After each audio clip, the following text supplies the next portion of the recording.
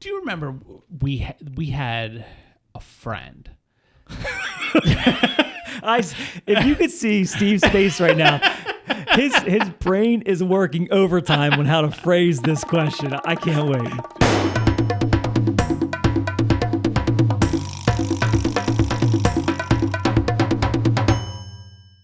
Hello, everybody. Boys and girls, ladies and gentlemen. You are listening to Baltimore's best podcast, Inappropriate. I'm Jim. And I'm Steve. And it's a sultry time once again. Turn down the lights. Get comfortable.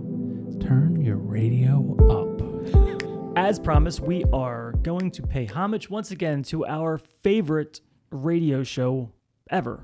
It really was. Loveline is meant for an adult audience. Loveline may contain sexually oriented content. Loveline. First and foremost, thank you guys for sending in your questions. Real quick, before we take our first question, as a podcaster, you always join podcast groups, to get tips and tricks and pitfalls and so forth. And then a lot more so with the technicals on the backside that nobody that doesn't do a podcast gives a shit about.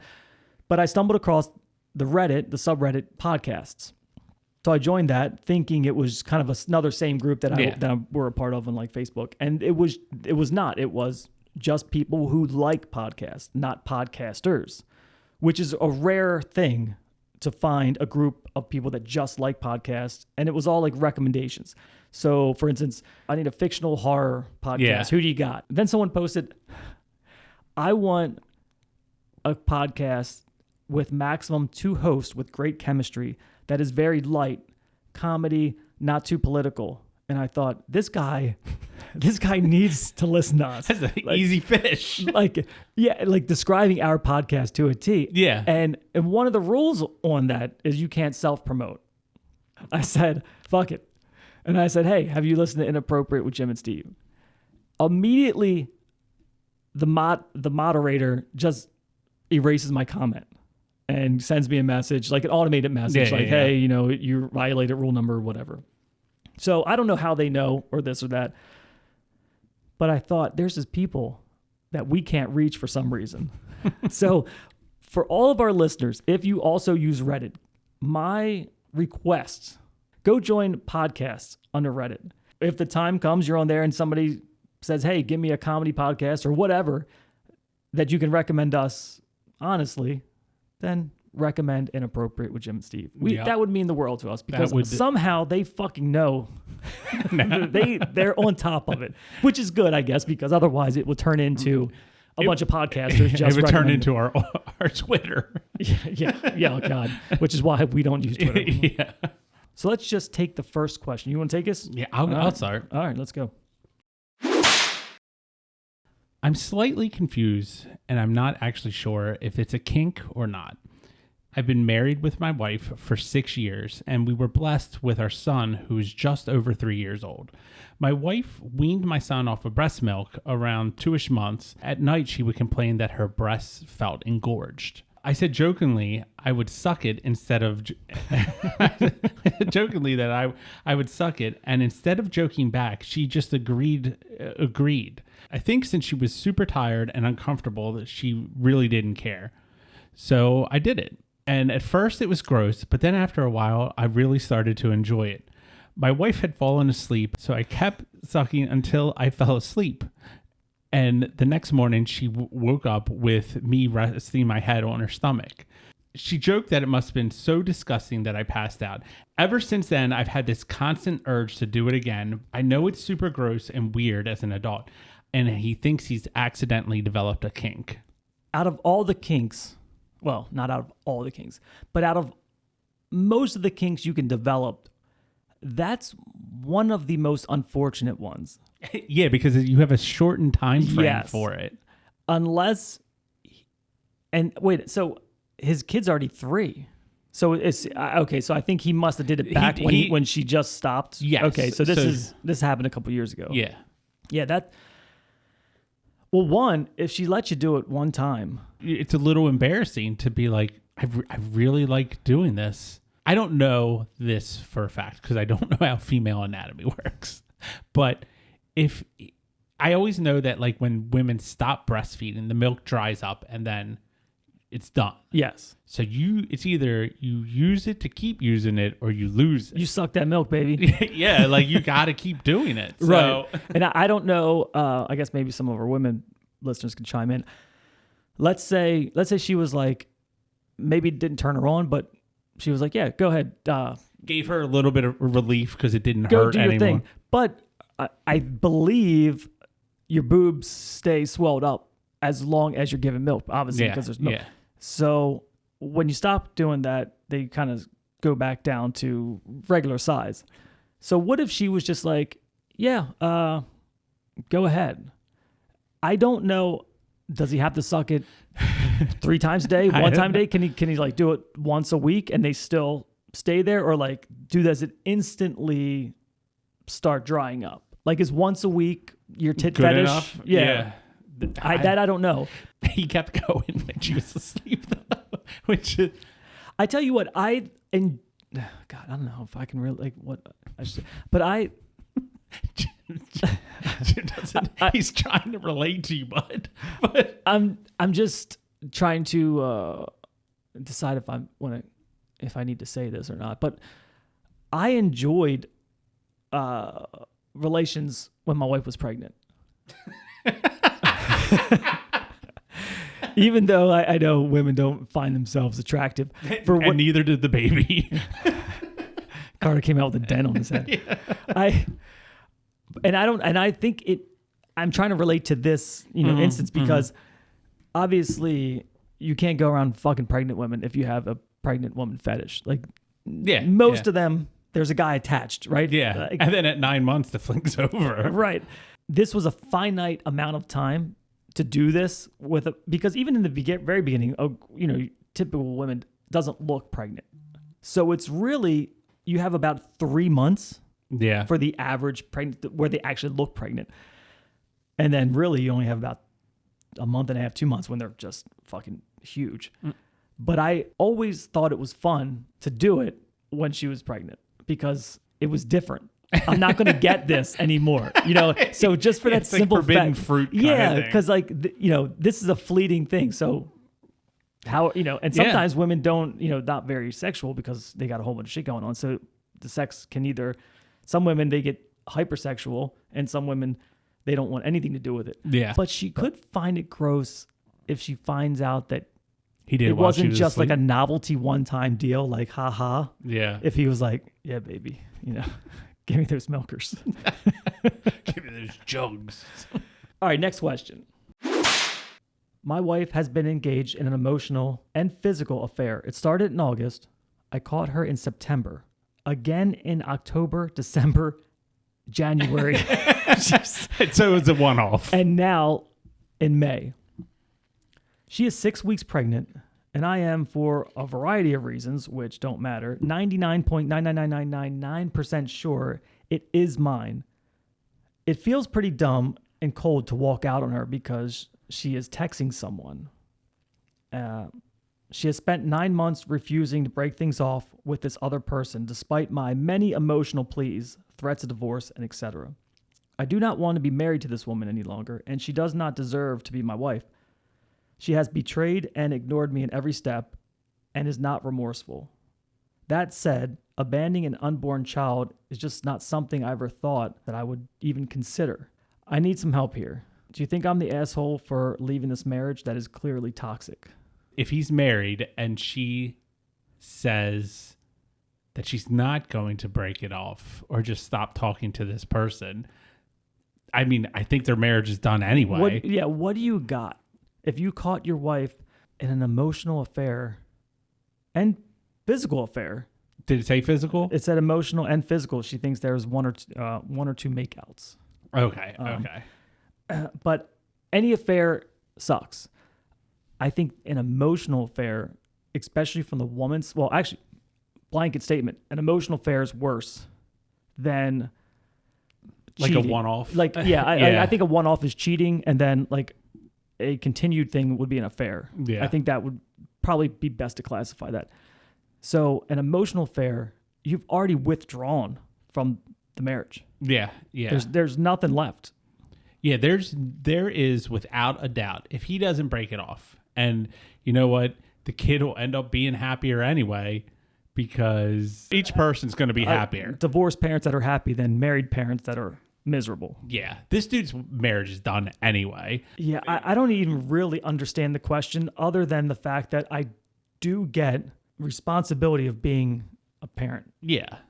Get a paternity test. That's just right off the bat, because your marriage is done. Yeah. You're going to raise a kid that might not even be yours. You might as well double check. She already probably knows she's like the bad guy in this, right? Out of the things, but she doesn't want to be the one to end it.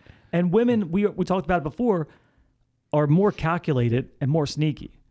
So the fact that he caught her 5 times, she just doesn't give a fuck, right? She's just like, she probably just leaves her phone on the counter. Yeah, you know? if the first time was February, and then the second time was like March, April. Well, if the first time it's February, second time was like April, then it's April, May, June. Shit's just ramping up. Like right. She just doesn't. She's like, this motherfucker ain't leaving. He already caught me 2 other times, and he ain't doing shit. Yeah, but knocked me up. I might as well rub it and move the dude into the house. Right. So this one kind of hits close to the heart here. Okay. Oh, let's slow it down. Let's slow it down. I'm a year younger than my brother, who is going through a tough time now. He's getting divorced in a few days. He's not earning at the moment. He stays with my mom, who takes care of all the expenses.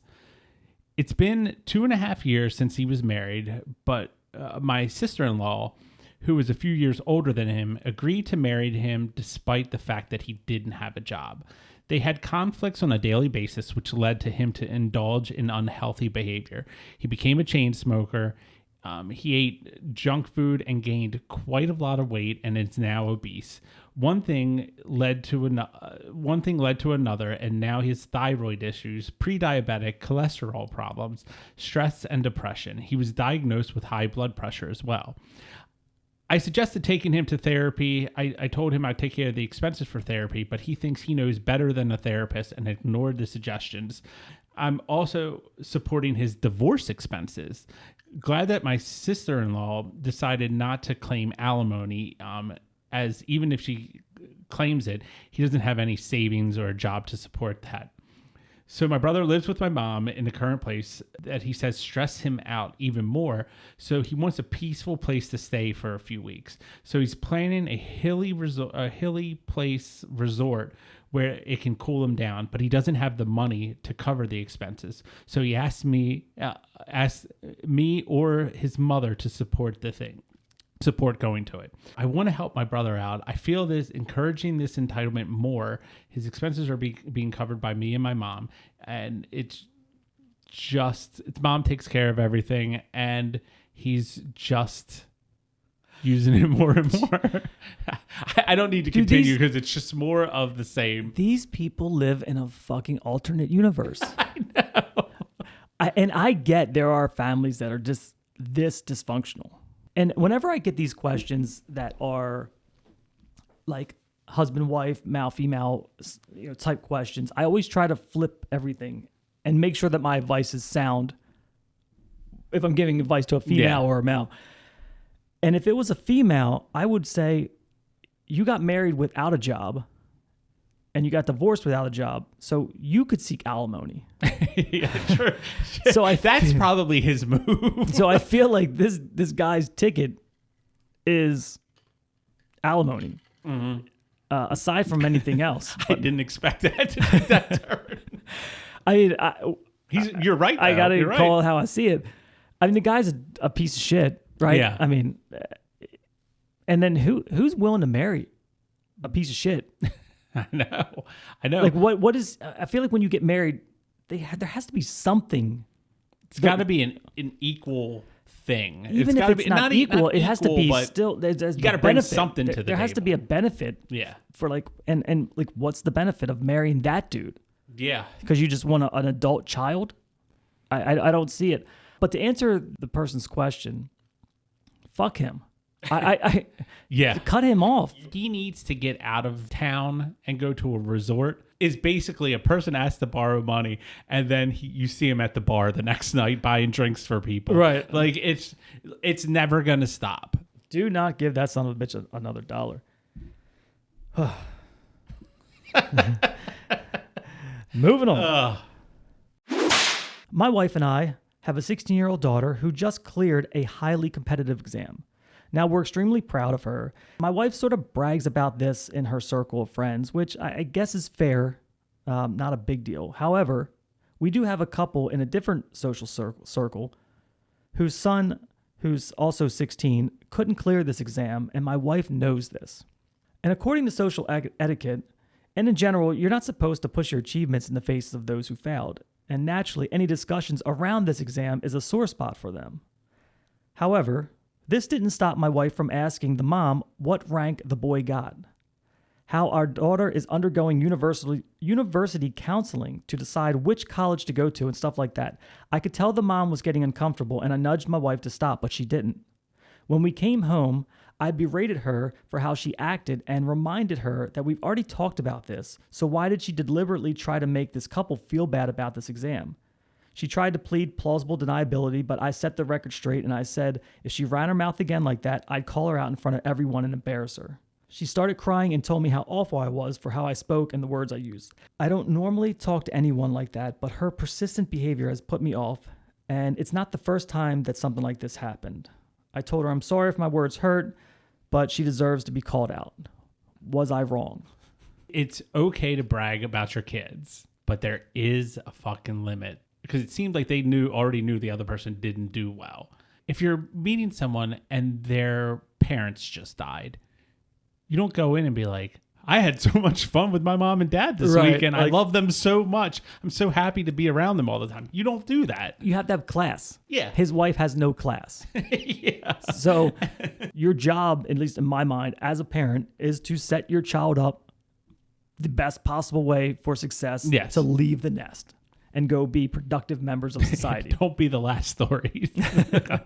If your child studied for this exam, and it doesn't just affect the child, obviously, like when Carter has a test, when my son has a test, my wife will make sure that she does everything and makes him study. Yeah. We'll write down questions on paper. We'll make him answer them, and he Put hates him in it. the best possible scenario. Right. But in the time leading up to that, he's pissed off that she's making him do extra work. Yeah. She's pissed off that he's pissed off, and then I just go hide somewhere because I Come down here. because I don't want to, catch some shrapnel from I don't want crossfire. But when he gets that A, we are very happy. Of course, he's happy. And on something like maybe an entrance exam to a college, obviously that's a huge thing. Yeah. So I do expect there could be some sort of bragging, but you have to know nobody else cares. Yeah. Even your friends, your close friends that also may have kids that may even be doing well or something totally separate. Nobody cares. Yeah. Nobody cares how good your kid is at sports. Nobody cares how good your kids do in academics. Right. They may support you, but why don't you come over here and look at my collage of my kids growing up? It is basically that. Going over somebody and being like, let me show you this photo album of us going on vacation. Right. No one gives a fuck about what you did. Yes. Take that message and run with it. Yeah. It's almost like the feeling. Take the win, but obviously you have to have some social cues as to not dig in and kick somebody when they're down. Yeah. Do you remember we had a friend? If you could see Steve's face right now, his brain is working overtime on how to phrase this question. I can't wait. And this person would constantly talk about their dad. And you couldn't... I think I know. You couldn't get through a conversation without them bringing up their dad and how it's a big person in a company and does all that stuff. I couldn't care fucking less about their dad. And I actually grew to resent their dad, and I never met the person. And I think it just boils down to, if you want to hang out with someone and you want to try to consider them a friend,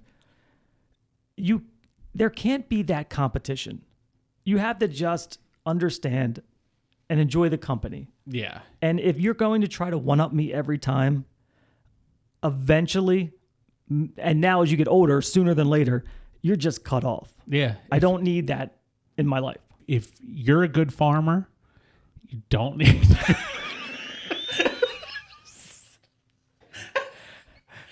You don't need to brag that you bought a new plow. Yeah. Yeah.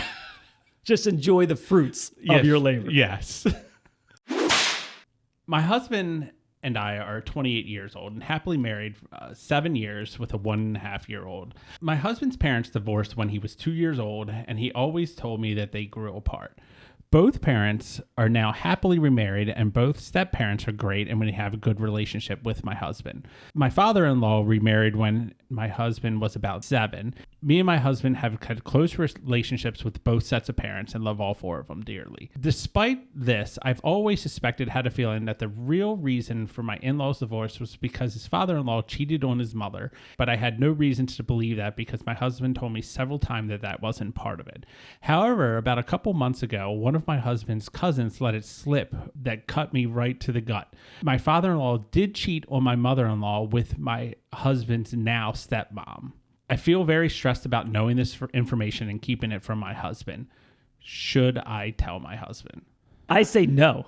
I say no too. There's no benefit. So like when you have information, there has to be at least one of two things. Either you have to benefit from giving them that information, or they have to benefit from. And in this case, by her telling, she's not getting any benefit, and her husband's not getting any benefit. Nobody is getting the benefit of this. It's been years. It's water under the bridge. If you believe a lie long enough, ignorance is bliss. Why ruin that? There's no reason to ruin it. You're going to be the bad guy if you tell your husband this. Yeah, 100%. Because it could start a feud, not even from the parent standpoint. Of course, it will reach them, but it will be, how did you find out? Yeah. Who told you? Oh, your cousin told. And then when he goes to the cousin will have to confess and he'll say, everybody knows but you. Yeah. So now he's pissed. Like it's the fucking Truman Show. Like everybody was in on this except for him. Now he's going to be pissed at his parents. Pissed fucking at his wife. 25 years later. He's going to be pissed at his wife for not telling him right away at this point. Yeah. Like it would have been he posted it on Reddit before. Right. Like this is something on the car ride home. Yeah. Do you know what your cousin just said? If that's the route you're going to go. And that gets you, if you do it right away, you're just he's the not going to be pissed. Yeah, right. You're the conduit of that information. Now you withheld the information and you're deciding whether or not to tell him. You probably shouldn't. Just forget it. Let him be ignorant and be happy. It doesn't matter. The parents don't care anymore. No. I think we have time for one more. All right. My wife says I always have it easy. I'm 37, my wife 34. She told me that she resents me because I always have it easy. She said this tonight because I put my daughter to bed and she was asleep within 5 minutes. And normally it takes her significantly longer. This also happens with the other child. I get him to sleep pretty quickly and he takes much longer with her. This has been the case for bedtime for quite some time now. Regardless of which child I'm putting to bed, I will be done with it far before she is. Tonight, I think the kids were extra stressful and she just had her fill, and I just happened to be the easy target for her frustration. Regardless, I feel offended. I try to be as present as possible with our family, and I'm not one of those dads that doesn't get his hands dirty. I will do all the normal parent stuff, changing diapers, feed them, getting them dressed, getting ready for daycare. My wife will prepare their lunches before she leaves for work in the morning. I do think she doesn't think I do enough around the house sometimes. And normally when I'm home on my days off with the kids, I have them all day, so it's not always easy. Am I wrong for feeling offended by her saying that I always have it easy? I don't think he's wrong. I see this happen oftentimes with parents with the young kids. Yeah. There comes a point when a couple has a young kid or 2 young kids, whatever you got running around, and it's easy to fall into the I'm more tired competition. Yeah. Yes. Who's more stressful? Who had the worst day competition? It's like a race to, who's running on empty more. It's a horrible place that couples get into, and it does happen. Kids are different around their moms than they are around their dads. Yes, 100%. And I mean, I could have wrote this. I know. I could have. I think everybody. I think most guys that have a small kid can identify with this to a certain degree. My wife will take a long time, maybe not now because our kids are older, but when their kids were younger, they knew mom is more nurturing. Mm-hmm. There isn't a person in the world that cares more about getting properly hydrated than it is a toddler at bedtime. That is the most true statement. Because they learn, mom will go get another glass of water. Yeah. Mom will read one more book. Mom will do this. Mom will lay with me if I say I'm scared. Bedtime was always like 9 o'clock. Mm-hmm. One parent's going to have it easy sometimes, and then the kids get older, and then it may flip. Most good parents always question if they're good parents. Yeah. The dirtbag parents that I know just say they're good parents. Yeah, they I'm a great mom. They post it on Facebook. Right. And it's like, you're a shitty person. Yeah. And even more shitty mom. And it's the people that care, that are responsible and try their hardest. You can never be perfect. So the fact that you're trying, you see the fact that you're not perfect. Yeah. And you always go, I should have went out and played catch with my son yesterday, even though I was tired. I should have read that extra book. I could have done this. Like I could have Cats in the Cradle song. yeah, cue sad music. So I think you're always questioning, I could be a better parent. And if you're always questioning that, I think that means you're a pretty good parent. Yeah. I also think that some things do get easier. If I was in charge of cooking every night, I can't cook. So Yeah. if my wife was like, no, you cook, it might take me an hour and a half to cook a shitty meal. Where it might take my wife a normal amount of time to cook a good meal. But I'm better at laundry and folding, and I hate it. I hate that I'm better at that. But It's just what you got to do. right, so in order Gives and to takes. just get shit done, I'll fucking do the laundry. Yeah. I typically do, dishes. But it's not my wife. It's not like because I can get them done in 5 minutes. My wife won't say, "Well, you got it easy because you can do them quicker." Yeah. It's like no, like whatever. Raising a kid in the early stages is tough, man. It is not fun. It's war sometimes. Yeah. The best. There's advice, no winners. No. You just have to draw a truce. And so some of the best advice I gave my cousin Jason when he had the kid, I said, for the first 6 months, just promise each other that what you say to one another between the hours of midnight and 3 a.m., you don't take personal. And if you could do that, you'll be okay. Because there was, I know when we had young kids, and Izzy didn't sleep through the night until she was a year and a half. Oh, yeah. A year and a half. So there were some nights that if one of us had divorce papers, they would have been signed immediately. Yeah. Give me the fucking papers. I'll sign it. Because it's tough. If you don't have communication and shit, then shame on you. Yeah. So I think you guys will be okay. Yep. Well, I think we need to wrap up this edition. Whatever we're going to call this. Whatever. If you got a good name, please let us know. Yeah. DM us on either Facebook or Instagram or whatever at Inappropriate with Jim and Steve. Because we are at a loss for this. Yeah. I can't think of a good name. Actually, Steve, you know what? What? Our listeners don't know what comes up in the beginning of June. Your birthday? And your birthday. And my birthday. Both of our birthdays. We'll have a birthday episode. Yeah, there we go. All right, guys. Thanks for hanging out with us again. As always, it's been a pleasure. I'm Jim. I'm Steve. And we will see you next week. See ya.